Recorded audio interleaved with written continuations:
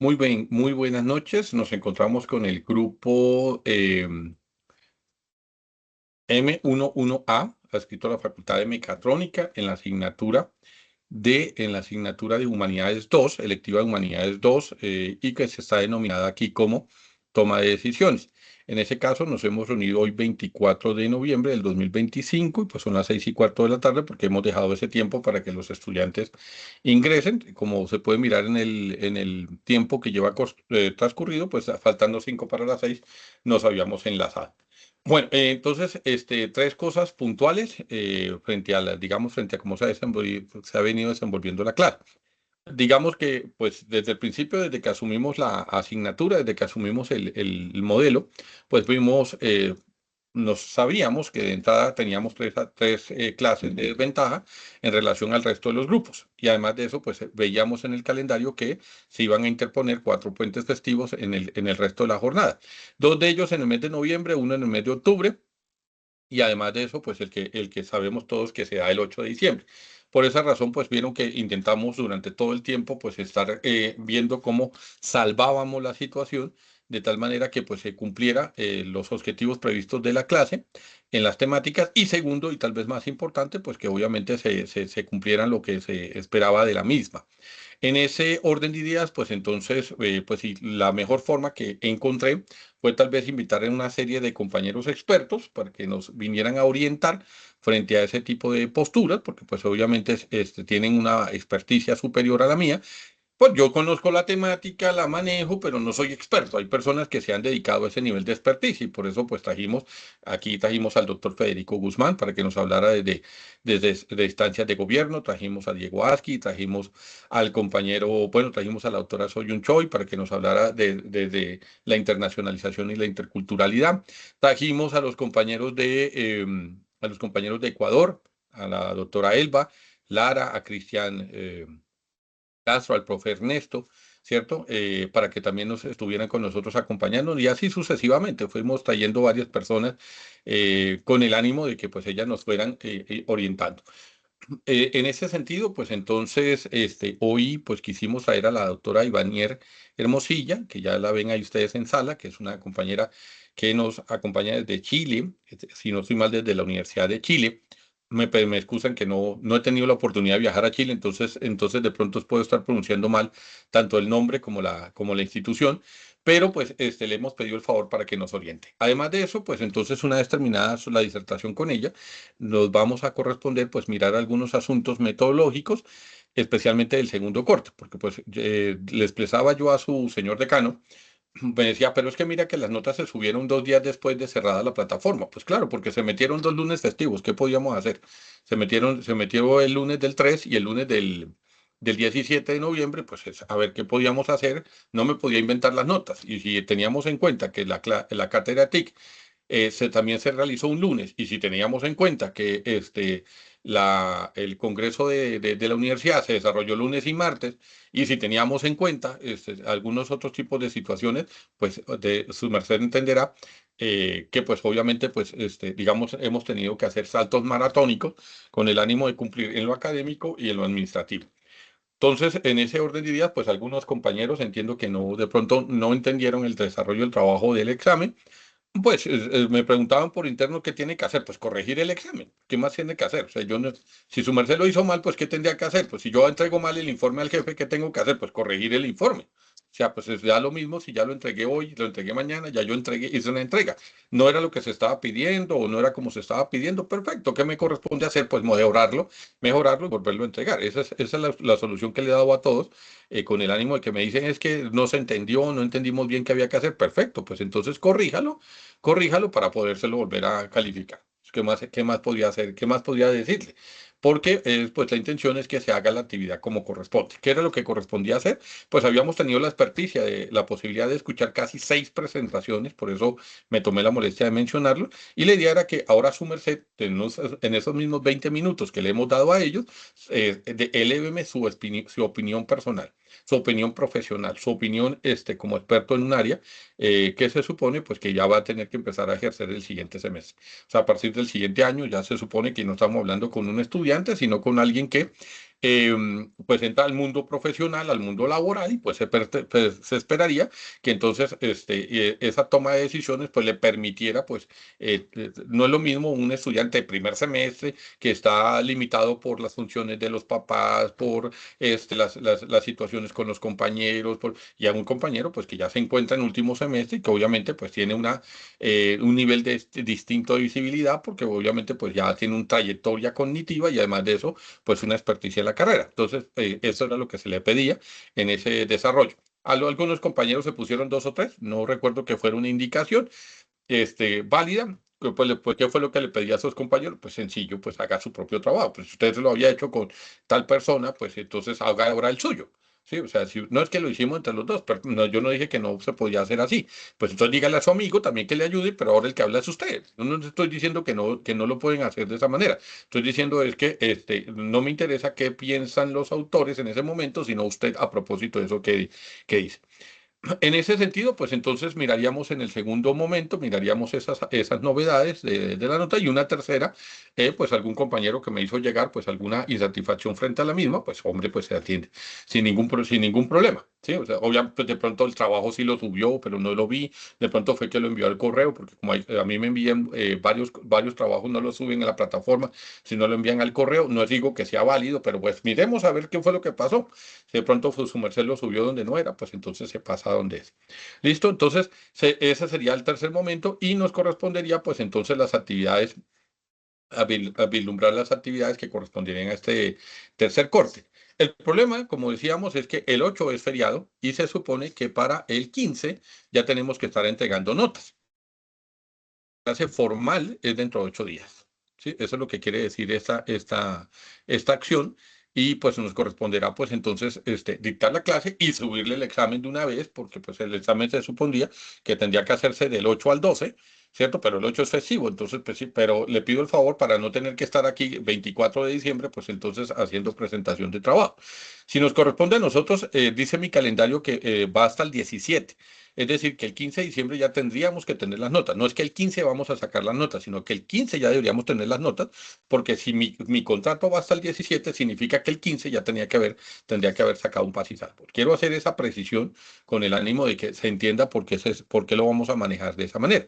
Además de eso, me ha solicitado varios departamentos que se averigüe algunas cosas. Me dicen, yo sí gusto, pues lo pongo aquí, no tengo problema, que algunos compañeros tienen que hacer presentación de las pruebas de estado y que no lo han hecho. Entonces, no han hecho la solicitud o no han hecho el simulacro o no han hecho las cuestiones institucionales. Entonces, ¿qué es lo que pues corresponde hacer? Pues que lo haga. Entonces, eso lo vamos a valer como actividad de trabajo. Pues si usted ya lo hizo, ¿qué tiene que hacer? Pues tómeme el pantallazo, demuestra que su merced ya lo hizo. Sencillo, o sea, creo que es lo mismo que en la situación de la evaluación de la clase. Pues si su merced, yo no estoy pidiendo, algún compañero lo hizo, pero yo no le estoy pidiendo de esa manera, es que su merced me muestre que efectivamente evaluó la asignatura. Como lo dictó el profesor, si le pareció, si no le pareció, pues si le pareció la peor clase del mundo, pues póngalo. Pues no, peor profesor no hay, no sé qué, todo lo que su merced le parezca que es necesario, oportuno decir, pues póngalo. Si le parece lo contrario, que ha sido buena clase, pues póngalo también. Sí, o sea, lo importante es que se sepa la referencia para efectos de calidad y demás. Entonces, esa es la solicitud formal. Creo que ya esa plantilla de evaluación de la clase, creo que ya está descontinuada, creo que iba hasta el 15 de noviembre, entonces ya a esta altura pues se encuentra fuera de término, pero si usted todavía no la ha llenado y tiene la posibilidad de llenarla, pues llénela. Llénela porque esa es la primera nota del tercer corte, la otra la estoy anunciando, que es la nota del trabajo, la nota del trabajo, del Saber Pro o TIT, como le quieran llamar acá. No sé cómo sea la categorización, le pido excusas. Yo nunca presenté esa prueba. Para graduarme en mi época había que hacer era investigación y cosas de esas.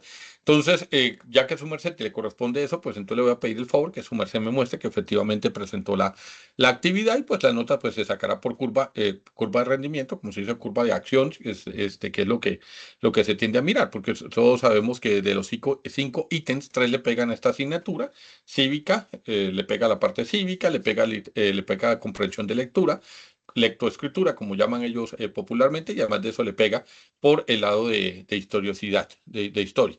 Los otros son los componentes matemáticos, idioma extranjero y el componente propio de su carrera. Entonces, en ese sentido, pues entonces intuiría que ahí se puede sacar un porcentaje. Pues obviamente si su curva de rendimiento es superior, pues su nota es superior. Eso creo que no necesita mayor nivel de explicación. Y con eso, pues entonces obtendremos lo que se denominaría, pues entonces las notas de este corte. ¿Qué faltaría? Que lo que vamos a sacar dentro de 8 días es su autoevaluación. ¿Cómo se llama? En la vez pasada, yo, si se percataron, ¿cómo se llama? Puse la nota de autoevaluación en 5 a todos. Sí, por eso no le consulté a nadie, porque pues le iba a poner 5 a todo el grupo, pues entonces no, ¿cómo se llama? Porque pues más o menos los que siempre han venido y los que están entregando trabajo son las personas que, perdón, las personas que siempre han venido y que siempre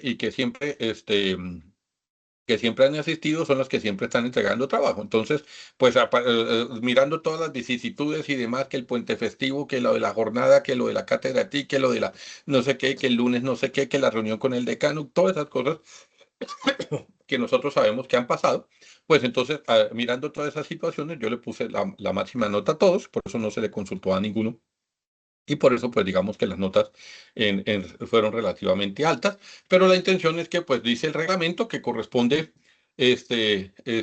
nos corresponde pues hacer la solicitud de nota. Eso lo vamos a hacer dentro de 8 días.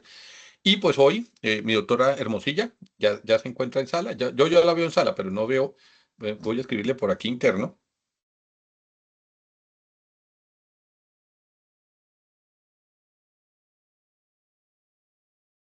Está por Profesor, ahí. yo tomándole nota de todo, no se Ah, preocupe, qué sigo. bien, eso está muy bien, mi doctora. Yo ya también le iba a poner, ¿cómo se llama? Mire que esto se quedó sacando, esto se quedó, ¿cómo se llama? Transcribiendo lo que yo estaba diciéndole y lo decía, se lo iba a mandar por el mensaje.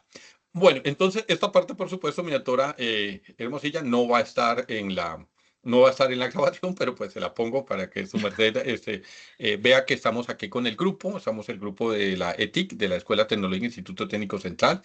Eh, digamos que son muchachos de último semestre y en ese sentido, pues la intención de la institución es pues que ellos lleven una orientación. En el caso de mi doctora Hermosillo, pues tenemos dos ventajas. La primera de ellas, ella le agrada manejar los asuntos de las ciencias, de lo que llamamos las ciencias prácticas o lo que se llama popularmente la ingeniería. Y por otro lado, pues entonces lo que se entiende a manejar con las nuevas herramientas en ciencias sociales, ¿no? De hecho, una de las cosas que le hemos pedido el favor, porque la conocimos en el congreso que se va a desarrollar para el mes de diciembre, es decir, para dentro de 2 semanas, en el cual pues también están todos cordialmente invitados. Justamente queremos manejar esa parte de las herramientas informáticas en el derecho, las herramientas tecnológicas en la estructura social, porque no son dos cosas distintas. Nos han acostumbrado a ver como si fueran dos cosas distintas y lo que entendemos es que ese distanciamiento es el que permite que muchas veces se den incomprensiones y se den inacciones que son jurídicas. Casi que como anecdotario, pues entonces digamos que estamos haciendo lo que se conoce popularmente el hito jurídico, porque pues digamos, me resulta a mí incomprensible algunas acciones que pueden hacer algunos funcionarios y que entonces la jurisprudencia no tenga respuesta frente a la acción. ¿Sí? O tenga una respuesta formal, pero no una acción verdadera a la acción del funcionario. Es decir, que un funcionario, en la norma exista una acción que puede ser condenable, pero que en la práctica no, eso no se usa. No, pues a ver, si no se usa, entonces no sirve, porque para la norma no es abstracta. Cuando yo fui contralor en Cartagena, pues yo me acuerdo que a veces recibía esa respuesta en los juzgados. Es que esa ley aquí no pegó. ¿Cómo así que la ley aquí no pegó? Si es que la ley es de carácter nacional. ¿Cómo la ley no va a pegar si es de carácter estatal? Es decir, pues funciona desde San Andrés hasta Leticia, desde el Chocó hasta Arauca. O sea, no es si le parece, no es si quiere. No, pero es que, doctor, aquí nadie la obedece. No significa que no sea, o sea, que nadie la obedezca no significa que la ley no exista. Entonces, si nadie lo obedece, tenemos dos opciones. O cambiamos esa ley porque es inoperante, o cómo se llama, o entonces estamos todos incurriendo en una falla, en una falta gravísima, porque estamos dejando de aplicar una norma que obviamente está con la intención de garantizar un derecho. Eso fue en mi época. quiero ser claro, y a uno le tocaba hacerlo manual y tocaba irse a la biblioteca y irse ¿cómo se llama? A microfilm, a ir a revisar qué dicen las normas y cuál es la historicidad. Pero ahorita uno con algunas herramientas como ChatGPT, y no exclusivamente esas, porque es que es la que han querido comercializar y distribuir, y no solamente DeepSeek, pues porque la conocemos porque fue la que le montó la pata a ChatGPT, sino muchas otras que han tenido como mayor nivel de relevancia. Lo que han hecho es justamente querer salvar esas dos cosas. Una persona no tiene que ser abogada, pero si siente que está vulnerando un derecho, tiene que haber algo que garantice que ese derecho. Una de las cosas que yo decía hoy justamente cuando estaba en la Corte Constitucional, con la cual pues tengo algunos egresados estudiantes de allá, o sea, fueron ex estudiantes, porque ya, yo digo estudiantes cariñosamente, así como el papá nunca lo va a ver a uno como un hijo adulto, ¿no? O sea, lo digo en ese sentido de que cuando yo hablo con mis ex estudiantes, pues entonces les sigo diciendo mi estudiante, ¿sí? Mi estudiante, pero ya es una persona de 40 y pico de años con dos hijos, carro y magistrado. Entonces pues ya resultaría absurdo decirle estudiante, pero al punto que quiero llegar es que cuando yo le dicté clases hace 20 años, hace 15 años, hace 16 años, pues digamos que queda siempre con la mirada de que para mí es un estudiante, para mí es mi estudiante, el estudiante que dio clase conmigo, así como seguramente ustedes en 20, 30 años me los encontraré en la calle o los invitaré a estas mismas clases, tal vez que en esta universidad o en otra, y entonces les seguiré diciendo mi estudiante, porque para mí será así como el papá nunca va a comprender que uno ya creció y no sé qué más, pues lo mismo pasa con los docentes, que nos acostumbramos es a trabajar con los estudiantes y siempre vamos a tener el recorder de cuando veíamos, les dictábamos clases. Pero entonces yo le decía a mi ex estudiante, ¿cierto? Le decía, pues si la principal causa de la violencia es que si yo siento una vulneración a mi derecho y la norma no me la garantiza, pues entonces, ¿qué me queda? La fuerza física.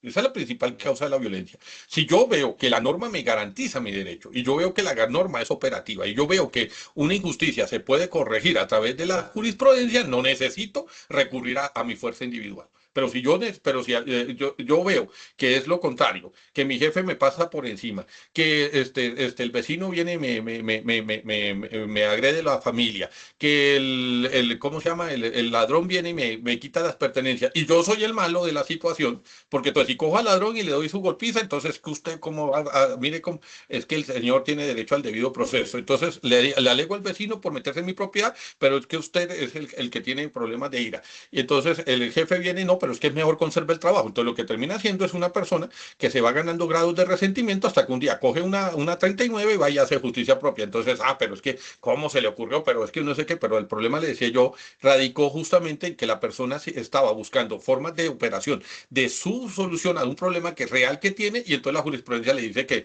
no, eso no aplica.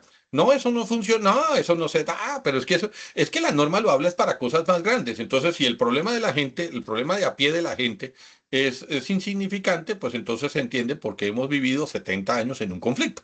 Porque si la normatividad sigue pensando que el problema de la buceta de dos personas que se insultan es una cosa menor, pues entonces no nos extrañemos cuando la siguiente vez una de las dos personas peleando en la buceta saca un puñal o saca un revólver, porque como no entiende que la jurisprudencia no le va a favorecer, ni le va a ayudar, ni con el delincuente, ni con el vecino, ni con el jefe, pues entonces empieza a tomar justicia por cuenta propia. No nos echemos carreta. El principio de la violencia radica cuando la normatividad no es operativa y no está al servicio de la gente que se supone que debería estar. No significa que la normativa tenga que decir lo que le favorece a la gente, significa que la normativa tiene que ser clara y expedita. Y si yo busco un artículo y encuentro una situación, y ese artículo y esa situación no es aplicable porque es que nadie conoce la norma o nadie la aplica, porque la misma jurisprudencia no la aplica, pues entonces estamos hablando de carreta. Esa es la situación por la cual, digamos, ahorita me sorprendía, por eso decíamos, me sorprendía, me sorprendía cuando reencontraba ese tipo de respuestas, porque yo les decía, mira, aquí está la norma, y está claritica, y yo buscándolo manualmente, y ellos buscándolo por ChatGPT, y entonces ChatGPT les decía que sí, pero yo nunca le he visto que funcione. Entonces, ¿para qué está una ley que no funciona? Sencillo, o sea, si no es operativa, ni es funcional, ni es, ¿cómo se llama? Ni tiene aplicación en el contexto real, pues esto es una ley que es una ley muerta. Sí, o sea, pues puede decir palabras maravillosas y muy bonitas y ser muy gloriosa, pero no tiene ninguna aplicación. Eso es el primer caso de dictadura. Esa es la primera forma de dictadura que todos entendemos y conocemos, y la entendemos y la conocemos justamente por eso. Porque, ¿cómo se llama? Porque en las dictaduras hay normas y hay leyes. Pero si al final se hace la decisión, no de lo de la norma ni de la ley, sino lo que dice el manda más, el manda callar de turno, pues entonces la norma está de paso, ¿no? Que esas son las teorías que uno ve en el derecho, que entiendo que no es un curso de derecho, pero que es por eso que nos ha interesado pues hoy tener a mi maestra Hermosilla. Qué pena hacer esa introducción tan grande y tan amplia, pero es como se llama, pero es con el ánimo de mostrar lo agradable que es para nosotros tener una persona de su calidad, de su conocimiento aquí en nuestra sede, en nuestra universidad, en nuestra clase. ¿Le parece bien, mi doctora? En razón a su tiempo, le vamos a hacer ¿le parece bien unos 40 minutos? Me dice el reloj que son las 6:30, entonces le parece unos 40 minutos y ahí vamos a tener unos 20 minuticos de preguntas para no, porque yo sé que en Chile son 2 horas más adelante, ¿no? O sea, usted nos habla desde el futuro, ¿no? Allá son las 8:35, en Colombia son las 6:35. Entonces, para no que su merced no se tenga que acostar a medianoche, entonces más bien le vamos a pedir que su merced, digamos, termine un poco antes. ¿Sí le parece bien? Sí, claro que sí, por supuesto, profesor, ningún inconveniente. Hola a todos, buenas noches. Buenas Para noches, mí, la voy a buenas poner en tardes primer para plano. ustedes. Permítame un segundito. La voy a poner en primer plano y, ¿cómo se llama? Y le voy a Claro. hacer micrófonos y todo para que su merced se lleve todo el reconocimiento del día de hoy. Y yo, pues, ¿cómo se llama? Y yo voy a silenciar mi cámara y mi micrófono, no porque me haya ido, sino porque queremos escucharla y soy el primero que está tomando apuntes y notas. Eh, si me permite, mi doc, entonces ahora sí le cedo el uso de la palabra. Ningún inconveniente. Tengo mi cronómetro, así que para ser exacta en el tiempo. Bueno, wow, qué grande la introducción, honestamente, muchos puntos a considerar. Yo tengo más bien una estructura hoy para poder conversarle sobre ciertos objetos que creo que serían de mayor relevancia, dado, ¿no es cierto?, la facultad a la cual pertenecen, pero sí hacer un breve comentario inicial. Creo que finalmente es obligación de todos nosotros adecuar la normativa y el comportamiento humano a un contexto, ¿no es cierto?, superior al nuestro propio escrutinio, ¿no es cierto?, o nuestra propia forma de pensar. Si bien es cierto, recogiendo un poco el pensamiento clásico, y más bien moderno, acerca de la relatividad de la ley, ¿no es cierto?, su efecto, comportamiento y dinamismo. Creo que nos podemos quedar con esto último. La ley debe ser dinámica, ¿no es cierto? El derecho más bien debe ser dinámico, una cosa que evoluciona junto a las personas, el comportamiento de la sociedad y que finalmente va a satisfacer, ¿no es cierto?, necesidades propias del ser humano, derivado a los diversos derechos, este catálogo de derechos fundamentales que cada uno posee, ¿no es cierto?, y el respeto propio por el Estado constitucional al que pertenece. Eso yo creo que vendría siendo como un poco el comentario inicial, dado, ¿no es cierto?, el gran contexto introductorio, ¿no es cierto?, que dio su profesor. Bueno, dejando eso un poco de lado, y me parece muy bien el sentido crítico que siempre hay que tener. Yo también animo mucho a mis estudiantes, porque también doy clases, acerca de que necesitamos criticar, pero con un fundamento base, y para eso el conocimiento es el automóvil que nos lleva a ello.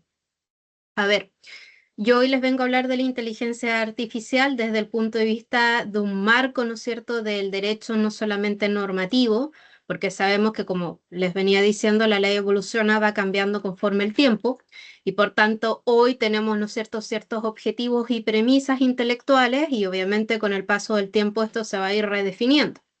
Ahora parece ser que es una verdadera pelea y constante lucha para poder alcanzar, ¿no es cierto?, una tutela efectiva a ciertos derechos que hacen alusión a la información, hacia la protección, ¿no es cierto?, de datos personales, hacia la transparencia algorítmica que debemos presentar y, bueno, finalmente a tópicos que son mayormente de la responsabilidad civil y penal, que pueden albergar ciertos comportamientos ilícitos.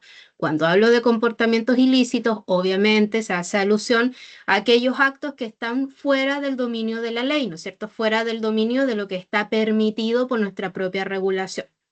Entendiendo que nosotros como ciudadanos tenemos que tener un respeto, ¿no es cierto?, irrestricto al respecto de ello, sabiendo que si albergamos, ¿no es cierto?, una conducta antagonista o infractora, obviamente viene aparejado una sanción o responsabilidad hacia nosotros mismos.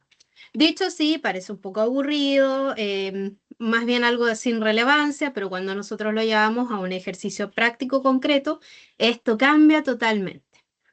Les doy un ejemplo inicial y creo que esto nos sirve para construir un modelo aplicado de la clase que les vengo a dar hoy. Imagínense que ustedes son los principales desarrolladores de una nueva IA que viene a revolucionar el mundo, que viene pero de verdad a decir de que actualmente todos estos programas que estamos conociendo nosotros como público, como consumidores, están casi en pañales. Como diríamos en Chile, la última chupada del mate. Básicamente una cosa que revoluciona tecnológicamente el mercado. Ustedes están liderando este proyecto, que es un macro proyecto, ¿no es cierto? Por todas las características de innovación que trae aparejado. Imagínense que hasta ese minuto todos son cuentas felices, todos estamos, ¿no es cierto?, de celebración finalmente por este desarrollo, ¿no es cierto?, casi de la humanidad. Bien, ¿dónde viene la dificultad y dónde viene, ¿no es cierto?, este eje que se entrecruza con otra profesión llamada el derecho o la abogacía, o como le quieran denominar? La responsabilidad que uno trae a la hora de poder crear un proyecto que va a ser utilizado por las personas, es más bien íntegro y existe una labor, ¿no es cierto?, aparejada de reparación ante un daño o lesión.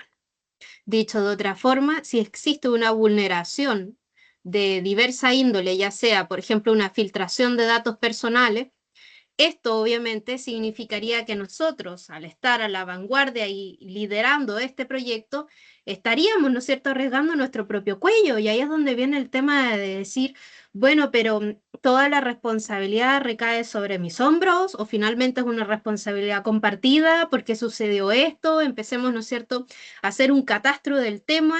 O sea, vienen muchas consecuencias que traen, ¿no es cierto?, un hito inicial o de origen, que es, ¿no es cierto?, que se nos escapa una información protegida, que es altamente sensible y que nosotros tenemos un deber de resguardo, nosotros como desarrolladores de esta plataforma que viene a revolucionar el mundo. Entonces, uno creería desde el punto de vista de la ingeniería que nuestra principal preocupación debe ser que el artefacto funcione, ¿no es cierto?, que finalmente se logre su objeto por el cual fue creado, que todos los pasos, ¿no es cierto?, que nosotros seguimos den el correcto OK.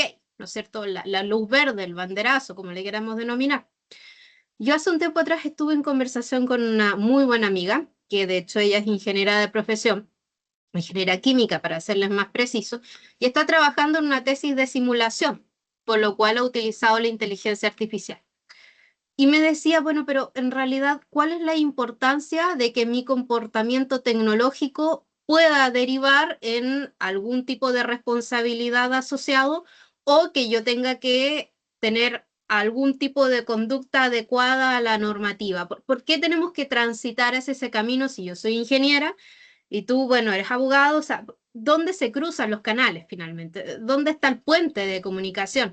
Bueno, no solamente a través de la inteligencia artificial, por supuesto, las charlas de eso hoy en día, pero también nosotros tenemos que ponernos desde el punto de vista de la vereda como trabajadores, entendiendo, ¿no es cierto?, que existe derecho laboral, y también como consumidores de la misma, ¿no es cierto?, en el sentido de que nosotros utilizamos las plataformas que otros han creado y por tanto también tenemos derechos y deberes derivados a lo mismo. Ya, ese es mi contexto introductorio. Por tanto, vamos a hablar acerca de la inteligencia artificial como objeto, ¿no es cierto?, de regulación jurídica, como comportamiento humano y, por supuesto, la interacción que tiene con la ingeniería. Ahora, yo les hice alusión hacia la responsabilidad civil y penal, pero también que finalmente aquí vale la pena hacer como una pequeña aclaratoria de que hay un criterio diferido, no es del todo unificado en cuanto a derecho comparado. Cuando hacemos un análisis de la diferente regulación en torno al mundo y de los fallos históricos que vienen un poco a revolucionar y a mover un poco el suelo de nuestros tribunales, nos damos cuenta de que existe uno de los grandes criterios, primordialmente hace alusión a que la responsabilidad viene desde el punto de origen, o sea, quien crea esta tecnología. Hay otro criterio que viene siendo como una responsabilidad compartida, en torno a que todo aquel que tuvo, ¿no es cierto?, alguna actitud, asociación o participación dentro de esta creación también albergaría responsabilidad tanto civil, penal y o administrativa, dependiendo si fue un funcionario público. Y también tenemos una tercera punto de vista que tiene que ver con que ya no es del todo con el creador la responsabilidad, sino que va más bien orientada hacia el dueño de la empresa o de dicha corporación, ¿no es cierto?, que es dueña del producto. Nos ponemos desde ese punto de vista, como si fuera un producto o un servicio que uno entrega. Por tanto, quien es dueño, quien registra la licencia, es la persona efectivamente quien alberga toda la responsabilidad. De estos tres criterios, mayormente se responde en torno al segundo, que es una responsabilidad más bien compartida. Pero como les digo, no es unificado, no existe una sola respuesta correcta. Si empezamos a hacer una revisión histórica, nos damos cuenta de que esto también está evolucionando en torno de que existe una mayor tutela en torno a los derechos informáticos que antes no teníamos. Esto del concepto, ¿no es cierto?, de la ciberseguridad es algo más bien novedoso para los profesionales, ¿no es cierto?, de mi carrera. Estamos empezando a darnos cuenta de que es necesario poder tener capacitaciones al respecto para poder entender de mejor manera cómo funciona y obviamente en base a ello poder tener un marco jurídico que sea más adaptable, ¿no es cierto? No tan rígido o pétreo, sino que sea más flexible, que eso es lo que nosotros necesitamos. Porque el verdadero equilibrio legislativo tiene que estar en un punto donde podamos proteger finalmente al consumidor, al ciudadano, quien hace uso de esta información y de esta tecnología que revoluciona todo paradigma, y también saber, ¿no es cierto?, que con la economía y el libre comercio no podemos impedir, ¿no es cierto?, el lanzamiento de productos tecnológicos que, si bien es cierto, son una ayuda y una herramienta para todos nosotros.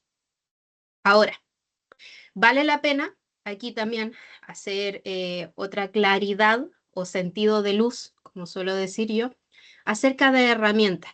No creo que sea correcto, desde mi punto de vista, por supuesto, humilde opinión, ver como algo negativo o diabólico el uso de la inteligencia artificial.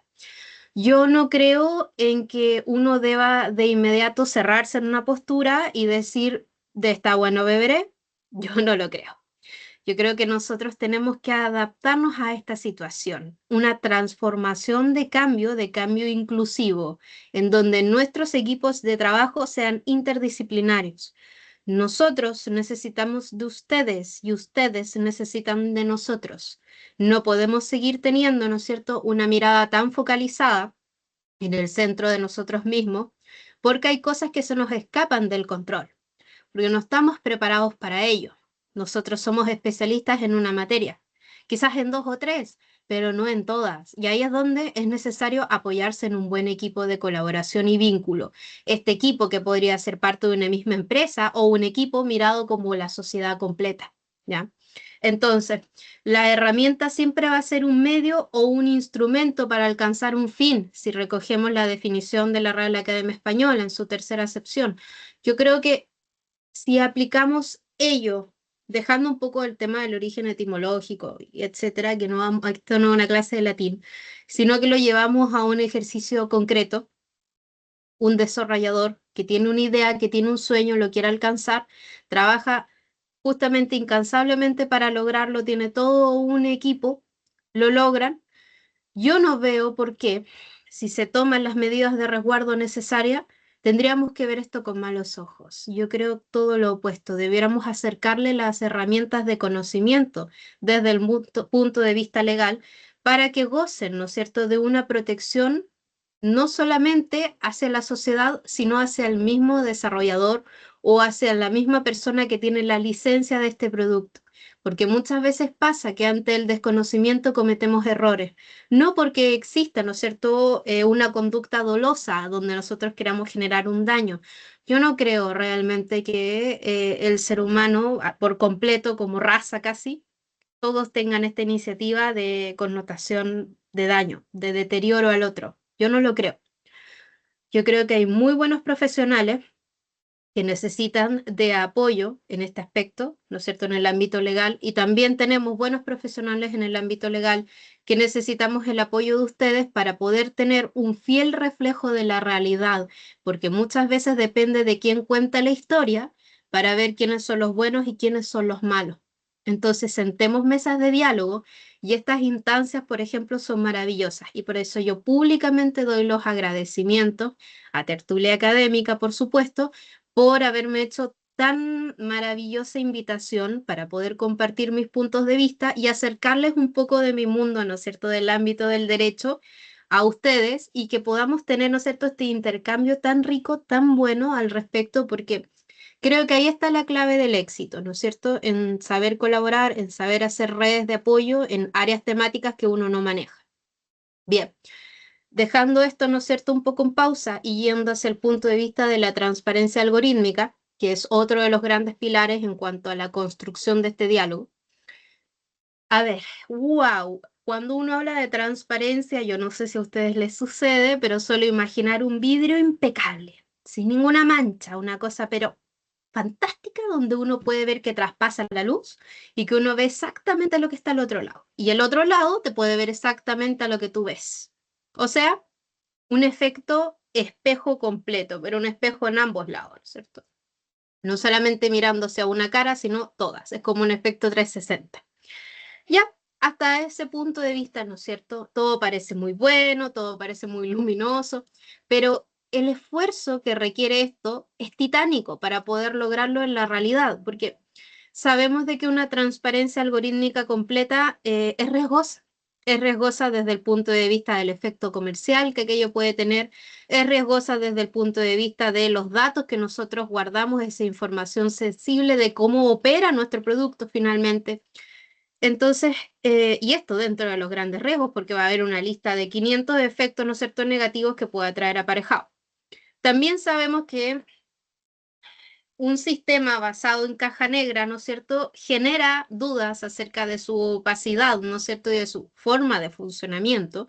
Y esto hace como casi un efecto montaña, yo digo montaña porque va en caída libre, el hecho de que puedan existir, ¿no es cierto?, dudas sobre la confianza legítima de aquel producto y por tanto puedan comenzar a arriesgar cierto tipo, ¿no es cierto?, de reputación en el mercado o fuera del mercado, la reputación que tienen ante los ojos del legislador, que ahí es donde viene la parte, ¿no es cierto?, un poco más cuidadosa o de peligro en torno a uno que maneja, ¿no es cierto?, esta área de desarrollo. Entonces, yo aquí es donde le digo a mis propios estudiantes que nuevamente el equilibrio es la clave del éxito. Nosotros podemos reflejar diferentes sistemas operativos con diferentes finalidades, con diferente tecnología, que es cuando yo digo que soy fan de la tecnología blockchain, yo si me pudiera hacer una palabra, una polera, si llevarla todo el tiempo sería blockchain, o sea, yo descubrí finalmente este mundo y ahí me quedé. Fue una cosa de los bloques algorítmicos me fascina, no sé. A mí me encanta mucho la tecnología, entre paréntesis. Quizá para aplicarla yo no soy muy buena con decirles que cuando doy clase a veces el proyector me cuesta aprenderlo y todos se ríen, pero tienen razón, porque claro, desde la teoría nosotros tenemos ese inconveniente en mi carrera. Somos más bien de teoría y de poca práctica, y ahí volvemos de nuevo a la necesidad, ¿no es cierto?, de compartir, ¿no es cierto?, esfuerzos para lograr un fin, de satisfacer, ¿no es cierto?, el bien común. Maravilloso, estupendo. Bueno. Volviendo un poco al tema esto de la tecnología y la transparencia, si bien es cierto en el cuanto al marco regulatorio, volviendo a ese punto del derecho aplicado, hay una exigencia, ¿no es cierto?, más alta. Esto del comportamiento, ¿no es cierto?, como un buen padre de familia, si recojo las palabras del legislador chileno, o del máximo de referencia, ¿no es cierto?, desde un punto de vista del derecho internacional. O sea, finalmente, que toda conducta gire en torno a poder establecer que dicha transparencia tiene efectos, ¿no es cierto?, positivos aparejados desde el punto de vista de esta confianza legítima que nosotros entregamos en nuestro uso diario. El que una persona con un clic se conecta a nuestra plataforma. El que, ¿no es cierto?, pueda entregar la información personal o biométrica que también se pueda asegurar en cuanto a todo este proceso, ¿no es cierto?, con todo este bloque y toda esta organización de seguridad que nosotros tenemos que entregar. tener un buen sistema de alarmas preventivas, ¿no es cierto?, ante cualquier tipo de filtración. O sea, son muchas responsabilidades que ustedes tienen que tener a la hora de ofrecer este producto o este servicio. Y si bien es cierto, revisten mayores dificultades, quizá no desde el punto de vista de ustedes, porque van a tener, me imagino, una excelente formación y lo van a poder hacer sin mayores problemas. Pero en cuanto al tiempo, el tiempo para que ustedes puedan lograr satisfacer todos estos requisitos legales para que puedan operar, ¿no es cierto? Y tener pleno conocimiento de que el día de mañana van a tener respuestas eventuales ante situaciones de riesgo, y es donde surge esto de la teoría del riesgo desde el punto de vista del derecho. Tiene que ir aparejado también con poder, ¿no es cierto?, presentar la eficiencia en cuanto al costo asociado a poder trabajar en esta transformación tecnológica. A mí me encanta la economía y me encanta que la economía está en todo porque esa es la realidad. Si nosotros hacemos una especie de imagen mental, nos vamos dando cuenta que en esta simple ecuación ponemos a un costado todo lo que tiene que ver con los recursos que nosotros utilizamos para poder desarrollar, sumado, ¿no es cierto?, a los tiempos y costos económicos, ¿no es cierto?, que tenemos como presupuesto. Y nos damos cuenta de que hay una tercera variable, ¿no es cierto?, en esta ecuación variable que nos viene a interrumpir la paz y armonía que llevamos hasta este momento, que son estos requisitos que nos caen, ¿no es cierto?, casi como si fuera un bloque de concreto encima.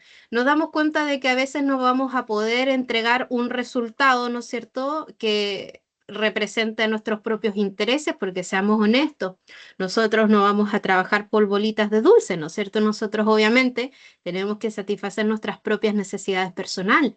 Entonces, esto de poder decidir, ya que el ramo se llama, ¿no es cierto?, toma de decisiones, de forma estratégica, equivale no solamente a un buen manejo legal, no solamente a un buen manejo acerca de la supervisión o control que tenemos que tener, un buen manejo acerca, ¿no es cierto?, del uso propio de la tecnología, ni tampoco al comportamiento uno como equipo, sino es la suma de todos aquellos elementos que logran que yo pueda tener un fin determinado que es el por el cual yo inicié toda esta empresa o movimiento, ¿no es cierto? Y genera una consecuencia deseada. Entonces, se trata de ver todas estas herramientas desde el punto de vista neutral y uno darle la connotación correcta en tu propia mano. Tú decides finalmente hacia qué lado de la balanza lo quieres orientar, ¿no es cierto? Y saber hasta qué punto estás dispuesto a sacrificar por ello. Porque sabemos que todos perseguimos un objetivo y por tanto también hay una teoría de sacrificio al respecto. Hay elementos que tenemos que dar a cambio de otra cosa. Yo te diría que es la base fundamental de todo sistema económico, ¿no es cierto? Económico real, no idílico. Eso de la teoría económica perfecta no, sino más bien en un sentido de mercado que opere, ¿no es cierto?, con las barreras de entrada, que opere, ¿no es cierto?, con costos de transacción, que opere finalmente con diferentes elementos que nos hacen alejarnos un poco o producir obstáculos para poder llegar a ese resultado X. Entonces, si yo tuviera que darle ejemplos concretos de cómo estos tres ejes, la inteligencia artificial, el derecho y la ingeniería, funcionarían en un mundo perfecto u utópico, yo les diría de que utópico perfecto no es, pero sí es realista. Imagínense de que les llega un un encargo de una oficina legal, una gran oficina legal que maneja un volumen de información, pero espantoso al respecto de los diferentes casos que lleva. Imagínense que esta oficina no solamente se dedica a el área de revisión de documentos, sino finalmente tiene, ¿no es cierto?, su propio equipo de litigación, que son aquellos abogados, ¿no es cierto?, que te representan ante tribunales de justicia, las diferentes instancias y materias. No vamos a entrar en eso porque está en una clase de derecho, solo para tenerlo de referencia. Imagínense también de que se dedican a el negocio de los bienes inmuebles, ¿no es cierto?, con esto de la compra y venta de propiedades. E imagínense también, ¿no es cierto?, que tiene aparejado un servicio de seguros de diferente índole, ¿no es cierto?, que es el departamento legal, que es el que cubre todo seguro contratado. Este ejercicio no es tan distópico de la realidad, ¿no es cierto?, no es tan lejano de la realidad. Y ustedes, evidentemente, ante esto, tienen que lograr poder llegar a un punto donde puedan satisfacer estos 3 campos donde se desarrolla este departamento legal. Si nosotros nos ponemos en ese ejercicio, nos damos cuenta, primero, que obviamente esto va a significar un trabajo titánico para poder lograrlo. Segundo, que obviamente esta tarea no va a ser encargada, este entrenamiento, a una sola persona, sino a un equipo gigantesco de logística. Tercero, ¿no es cierto?, de que vamos a estar supervisados o en puntos de control en donde tenemos que cumplir con esta agenda de trabajo. Cuarto, ¿no es cierto?, que obviamente al ser, ¿no es cierto?, un área más bien legal la que los contrata, van a estar bajo, ¿no es cierto?, puntos de control o supervisión que son ajenas a su propio organismo. O sea que finalmente van a tener una supervisión legal de control. Si nosotros tuviéramos, y muchas otras más cosas, ¿no? Bueno, no sigamos, quedémonos en este punto. Si se dan cuenta, nosotros entonces, viéndolo desde el punto de vista ahora de mi propia carrera, necesitamos de ustedes para que nos puedan desarrollar un producto que nos haga la vida más amigable, que podamos cumplir finalmente con todos los requisitos y nuestra agenda de trabajo. Ahora, ustedes también, por otra parte, ¿no es cierto?, les interesa entrar en este negocio porque saben de que primero van a tener una recompensa más bien de índole económico, y segundo, quizás esto les pueda aperturar un nuevo mercado, ¿no es cierto? Mercado donde puedan ofrecer sus productos, que finalmente es el ámbito legal. Todo eso es bufete o estudio jurídico. Y por qué no, también como propios consultores para estas entidades, quizá ya no como desarrolladores, pero sí como personas capacitadas en esta materia que puedan dar sus opiniones y también puedan incluso tener labores de supervisión frente a proyectos externos. O sea, es un mundo de posibilidades que se abre. Entonces, si se dan cuenta, esto mismo de la cooperación institucional y de la vinculación que tenemos que tener es muy necesaria en el mundo globalizado en que estamos. Ya no podemos pensar solamente en el yo o en el tú, sino que tenemos que pensar en un nosotros. Son sistemas de gestión finalmente operativos y que están basados en un sistema interdisciplinario, ¿no es cierto? Ahora, dejando esto también un poco en pausa, yo me imagino como si estuviéramos construyendo y pusiéramos, ¿no es cierto?, los andamios y fuéramos subiendo literalmente. Esa es mi imagen mental cuando yo siempre digo, pongamos esto en pausa. Yo soy muy visual y muy gesticulativa, por si no lo han notado. Entonces, viendo ahora esto de el desarrollo, ¿no es cierto?, tecnológico que enfrenta estos límites o estos obstáculos o requisitos o suprarrequisitos legales, también, ¿no es cierto?, nos hace pensar en puntos más escabrosos o quizá de mayor cuidado o resguardo, ¿no es cierto?, como podrían ser las dianas hacia las cuales uno le dispara. Dianas llamadas, por ponerles un ejemplo, sesgos algorítmicos, ¿no es cierto? Eh, este, este tema, ¿no es cierto?, donde uno o siente escalofrío o siente esa necesidad de enfrentarlo. Básicamente esa respuesta que tenemos desde nuestro propio comportamiento humano ante el desconocimiento, ¿no es cierto?, es enfrentarlo como si fuera un enemigo o tenerle miedo ante la inseguridad de saber el resultado. Ya, porque es difícil poder predecir un solo, ¿no es cierto?, comportamiento o una sola conclusión al respecto de todas estas variables que pueden cambiar un poco el sentido, ¿cierto? Yo les planteo una tercera opción que es verlo como una oportunidad de cambio, una oportunidad de transformación. Si enfrentamos un obstáculo en común o una oportunidad de crecimiento en común, depende si vemos el vaso medio lleno o medio vacío, imagínense ahora que vamos a enfrentar ese obstáculo o oportunidad de cambio y crecimiento en conjunto.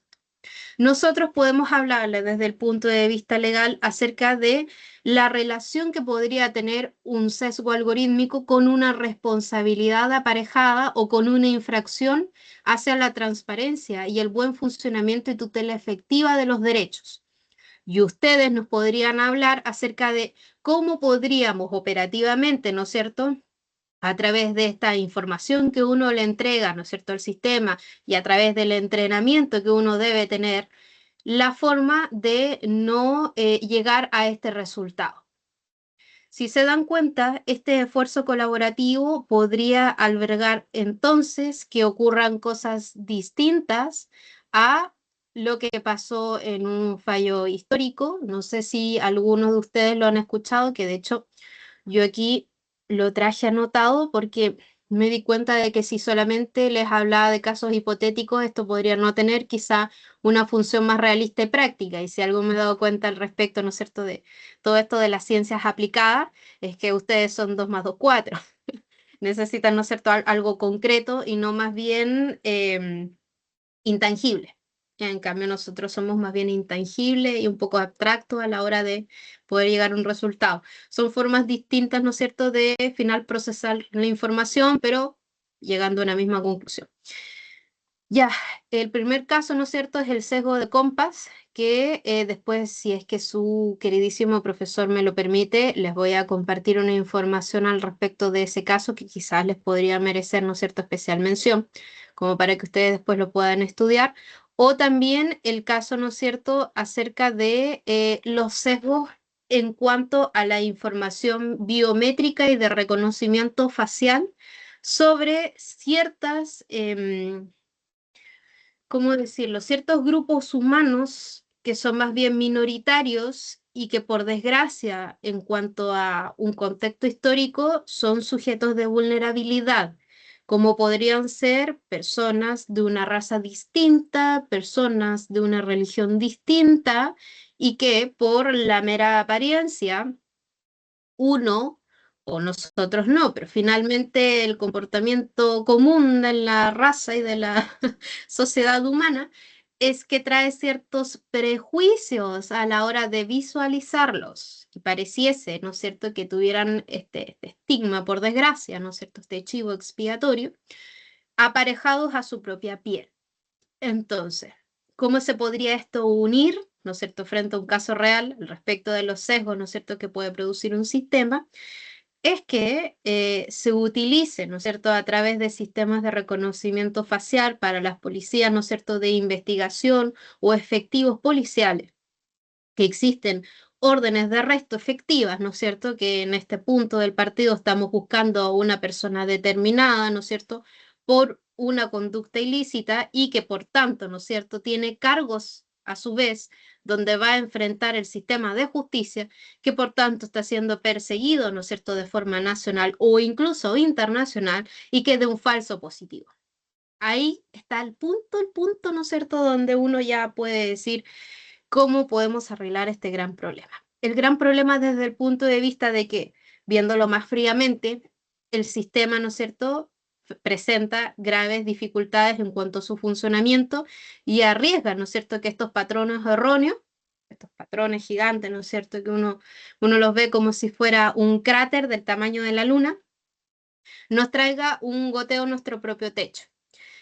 Uno, si lo vemos ahora desde el punto de vista del derecho, obviamente sabemos que va a traer una sanción del tamaño de aquí a Timbuktu y de vuelta, en el sentido de que esta persona, ¿no es cierto?, que por ejemplo sufrió un arresto policial que fue, ¿no es cierto?, indebido totalmente, que era una persona que no había arriesgado ninguna conducta lesiva y que además de ello había sufrido una sanción o un arresto, ¿no es cierto?, que no tenía razón de ser, va a crear no solamente el sentido de desprotección hacia esa persona, sino también de una vulnerabilidad asociada que no tenía por qué tener, o sea, un sistema de victimización.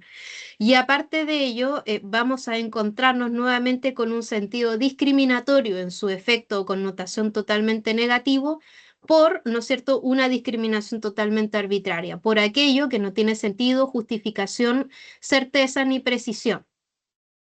Y obviamente vamos a traer un daño de tipo moral, ¿no es cierto?, un perjuicio generado a la propia psiquis de esa persona, porque se va a sentir como non grata, ¿no es cierto?, como una persona rechazada por la sociedad, solamente, por ejemplo, porque es de una religión distinta, solo porque tiene una apariencia determinada, solo porque se viste de X forma.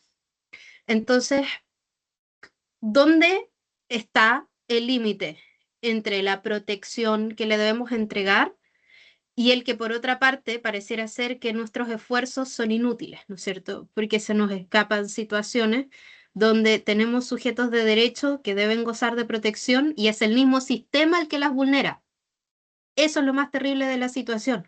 No es como que fuera una persona determinada externa, como que fuera un tercero que pasa por la calle y decide, ¿no es cierto?, generar un acto de violencia en contra de otra, sino que es el mismo sistema, es la misma, en este caso, policía, en la cual nosotros debemos confiar para que nos dé una protección. Ellos mismos son entonces los que están cayendo en este error y esa confianza que nosotros tenemos hacia esta institución tiene un quebrantamiento interno desde dentro. Entonces, no solamente es un error operativo, sino que esto crece, la consecuencia, y se vuelve un enemigo de todos nosotros finalmente, porque tenemos una desconfianza, como les digo, hacia nuestro propio sistema o institucionalidad. Y eso es muy serio, porque para poder repararlo, no es una cosa de chasquear los dedos y lograrlo. Entonces, hay muchas situaciones donde ya incluso otros expertos hablan de que es irreparable. Yo les digo honestamente, y aquí es como la parte un poco más cruda acerca de mi discusión o aquel diálogo, ¿no es cierto? Que imagino que ahora viene la segunda parte. Me quedan 6 minutos y 25 segundos para lograrlo. Es tener responsabilidad ya no solo porque me lo exige la ley, ya no solo porque es algo que me exige mi jefe o ya no es solo algo que me exige finalmente la sociedad, sino uno, ¿no es cierto?, tener este sistema ético de conducta, esta buena moral que nosotros debemos llevar y darnos cuenta de que no solamente porque hay una sanción yo debo actuar de esta forma ética, ¿no es cierto?, moral, de buenas costumbres, de no generar una conducta lesiva hacia otro, no hacer daño a otro finalmente, sino responder a la propia necesidad del buen comportamiento. Ahora, yo no les voy a mentir, porque yo no puedo ser hipócrita en este aspecto, de decirles que nosotros desde nuestro ámbito legal tenemos la respuesta a todos los males y tenemos la panacea y finalmente todo va a salir bien.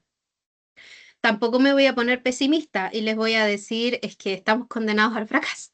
No, pero si tenemos una agenda de trabajo tan importante y tan fuerte finalmente, ¿no es cierto?, que parece un sistema corruptivo desde dentro, que es casi como una red de tráfico, ¿no es cierto?, gigantesca de diferentes problemas que avecinan consecuencias cada vez más feroces, creo que es el momento oportuno de verlo como una justamente oportunidad de crecimiento en conjunto, hacer una alianza institucional mucho más fuerte y poder cooperar con micro redes en donde a través del conocimiento del mundo de la academia podamos hacer una transformación lo suficientemente vital y fuerte para que sea más grande que nosotros mismos, cosa que el día de mañana, cuando nosotros ya no estemos pisando este planeta, podamos, ¿no es cierto?, despedirnos de la vida con un sentido de decir, hice lo que pude, hice algo positivo para mi propia sociedad, para mi propia familia finalmente. Y uno tiende a mirar, ¿no es cierto?, a la gente que uno lo rodea más cercana y luego empieza a pensar un poco más en el externo, en el ajeno, a las demás personas, ¿no es cierto?, que uno ve en el común y vida silvestre. Y darse cuenta de que a veces un pequeño cambio puede generar una consecuencia mucho más grande, ¿cierto? Entonces, quedarnos con la propia satisfacción de que si somos creadores, desde el punto de vista del creador, hicimos sujetos en base a un control, supervisión, auditoría correcta y podemos saber entonces que va a tener un comportamiento dentro de lo esperable. Y si por desgracia alguno de los elementos se nos salió de control o supervisión, tener también los mecanismos, ¿no es cierto?, necesarios para poder responder de forma rápida y efectiva ante ese suceso. Por eso hoy en día hablamos más bien de un sistema preventivo y no reactivo. Hemos pasado, ¿no es cierto?, de un sistema legal donde ante el riesgo nosotros esperábamos la consecuencia para accionar. Hoy en día la mayoría de los modelos, ¿no es cierto?, que vemos alrededor del mundo es prevenir antes de lamentar. Entonces, empezamos a ponernos en el escenario de justamente todos los escenarios o situaciones hipotéticas que pueden ocurrir y que nos pueden generar, ¿no es cierto?, un daño hacia nuestras propias personas, nuestra propia gente. Entonces, aquí es un ejercicio de responsabilidad, de autocuidado también y de confianza, ¿no es cierto?, que debemos generar. Y la confianza no es una cosa, ¿no es cierto?, absoluta muchas veces, o no es una cosa que se pueda generar en un lapso corto de tiempo.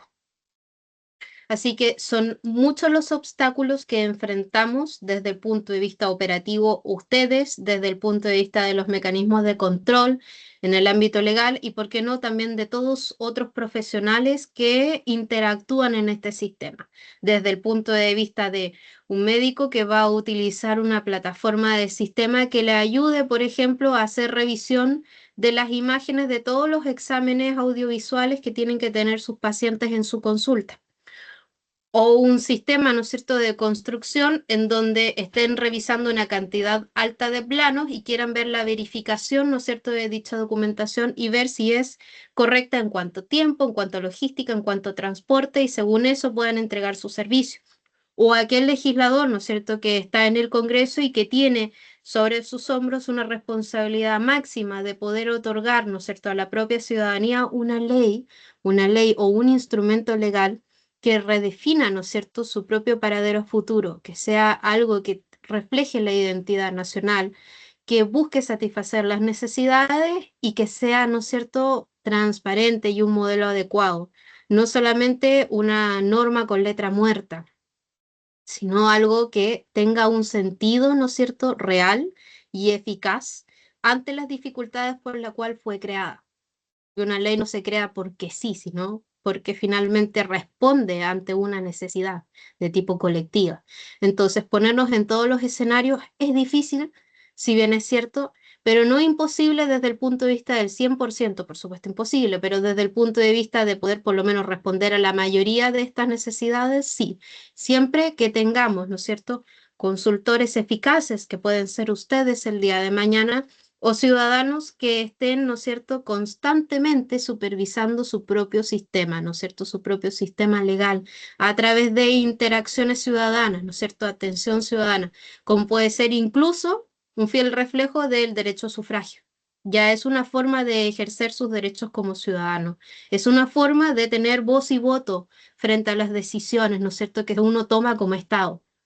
No crean que solamente por ser profesionales de otra carrera no van a tener voz en esta discusión, porque esta discusión es de todos. Todos estamos transformando finalmente frente a esta revolución tecnológica lo que queremos dejar a nuestros hijos, lo que queremos dejar a ese tercero que finalmente puede ser una persona externa que no conocemos, pero que no les queremos generar un daño. Alarma. Nuevamente, muchas gracias por esta gran oportunidad, ¿no es cierto?, tertulia académica, y muchas gracias a INDEPAC, que es el instituto, ¿no es cierto?, de posgrado, donde tienen muchos sistemas muy buenos educacionales en cuanto a programas de maestría y programas de doctorado.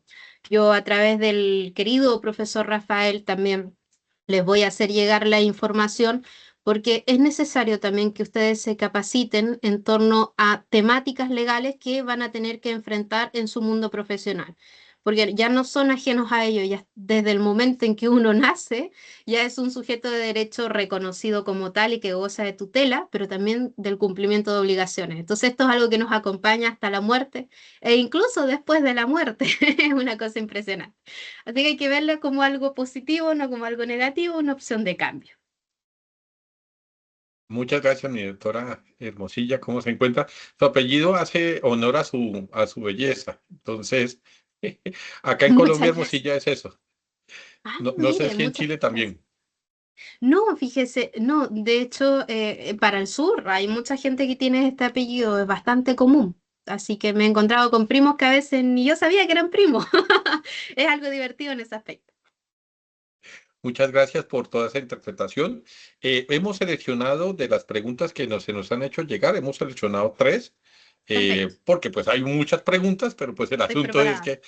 que, exacto, el asunto es no atiborrarla, uno, por razón del tiempo, y dos, porque hay preguntas que son de pronto más complejas, que ameritan es volverla a invitar. O sea, preguntas, por ejemplo, Yo feliz, de, en todo caso. Bueno, muchas gracias por esa, Claro, porque por ejemplo preguntas, hay algunas preguntas que a ver. siempre todos nos hemos hecho, ¿no? Que si el derecho nuestro es un derecho copiado, ¿por qué no partimos de hacer un Mm, derecho propio? Pues esa pregunta ok, va para un debate, ¿sí? claro. Macro, de que nosotros hemos traído el derecho europeo Ujú, y lo hemos calcado acá y después trajimos el derecho inglés en su versión ujú. norteamericana y entonces, claro, lo que tal vez ha faltado es crear un Ajá, propio derecho. sí, Entonces, pero eso es un debate macro que, ¿cómo se llama? claro. Que se sale del ámbito. Por esa razón, hemos Pero querido como interesante, ¿ah? simplificar. Muy No, interesante sí, en todo caso.